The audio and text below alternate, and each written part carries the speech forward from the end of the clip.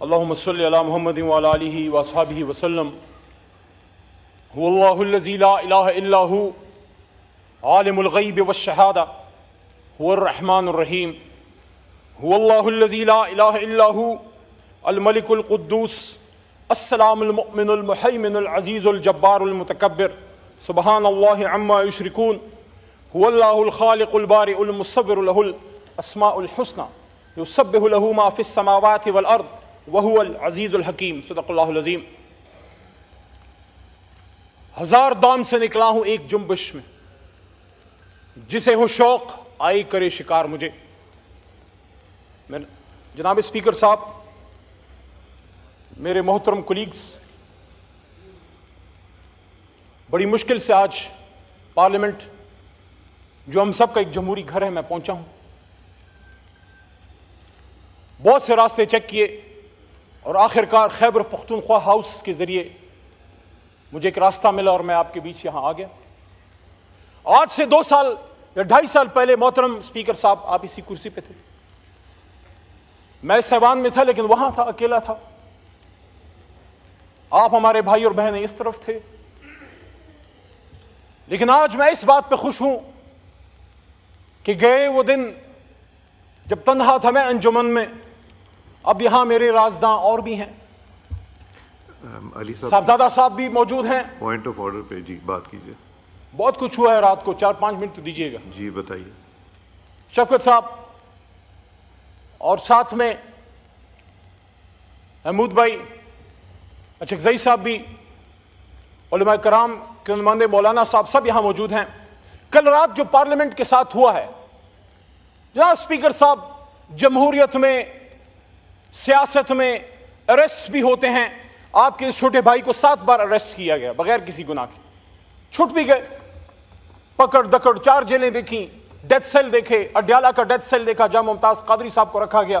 پشاور کا death cell دیکھا جہاں صوفی محمد صاحب کو ایک زمانے میں رکھا گیا تھا. لیکن ہوتا ہے سیاست میں، برداشت کرنا پڑتا ہے اپنے ملک کے لیے، اپنے کاز کے لیے. پیپلز پارٹی کے دوست بیٹھے، آپ نے تو لیڈر کی قربانی دی ہے، آپ کے بھی لیڈر کو جو ہے گرفتار کیا گیا، آپ بھی تکلیف سے گزرے.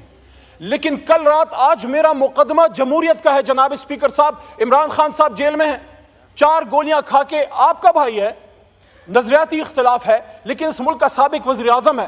میں نے شہباز شریف صاحب سے جب یہاں تشریف فرما تھے 2 مہینے پہلے، یہی بات میں نے کی تھی کہ شہباز صاحب، آپ کا اور خان صاحب کا نظریاتی اختلاف ہے، لیکن بطور کولیگ اینڈ بطور آپ اس وقت اپوزیشن لیڈر تھے، he was your prime minister.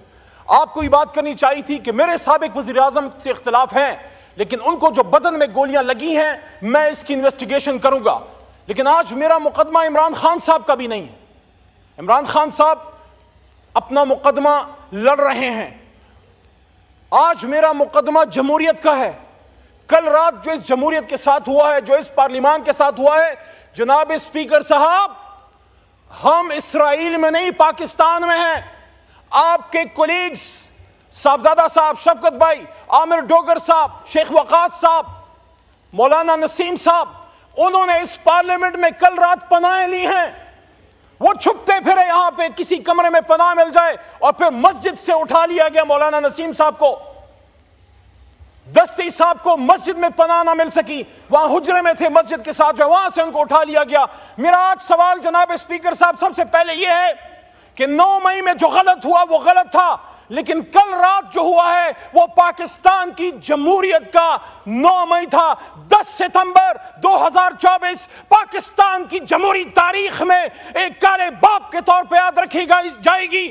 وہ تاریخ جو بھری پڑی ہے قربانیوں سے، جس میں لیاقت علی خان کا جسد خاکی بھی ہے، جس میں بھٹو صاحب کی پھانسی پہ لٹکتی ہوئی لاش بھی ہے، جس میں بے نظیر بھٹو شہید کا ہوا میں بکھرتا ہوا خون سے لبریز جسم بھی ہے، جس میں عمران خان کے بدن پہ 4 گولیاں بھی ہے. لیکن افسوس ہے کل رات ہندوستان سے نہیں، اسرائیل سے نہیں، امریکہ سے نہیں، میرے اپنے وطن کے اداروں کے کچھ لوگ. کون تھے وہ لوگ؟ وہ نقاب پوش کون تھے جو پاکستان کے ایوان میں گھس گئے اور یہاں سے ہمارے لوگوں کو اٹھا کے لے گئے؟ یہ جمہوریت پہ حملہ ہے، یہ پاکستان پہ حملہ ہے، یہ پاکستان کے آئین پہ حملہ ہے. اسپیکر صاحب، پاکستان کا آئین میں ڈیمانڈ کرنے لگا ہوں پاکستان کے پارلیمان میں 25 کروڑ عوام کی ترجمانی کرتے ہوئے عمران خان کے ایک ادنا سپاہی کے طور پہ کل رات جس نے پارلیمنٹ پہ دعویٰ بولا ہے جہاں جہاں سے آرڈر آیا ہے اگر آرٹیکل 6 لگانا ہے تو ان پہ لگاؤ، ان پہ لگنا چاہیے، کیونکہ کل آپ ادھر تھے آج وہاں ہیں، کل ہم وہاں تھے آج ادھر ہیں۔ یہ بے عزتی اگر کوئی سمجھے، یہ حملہ اگر کوئی سمجھے، یہ عمران خان پہ نہیں، یہ عامر ڈوگر پہ نہیں، یہ شیخ وقاص پہ نہیں، یہ صاحبزادہ حامد رضا پہ نہیں، یہ حملہ سپیکر صاحب آپ پہ ہے، یہ حملہ وزیر اعظم شہباز شریف صاحب آپ پہ ہے، یہ حملہ شہید بے نظیر کے بیٹے بلاول صاحب آپ پہ ہے۔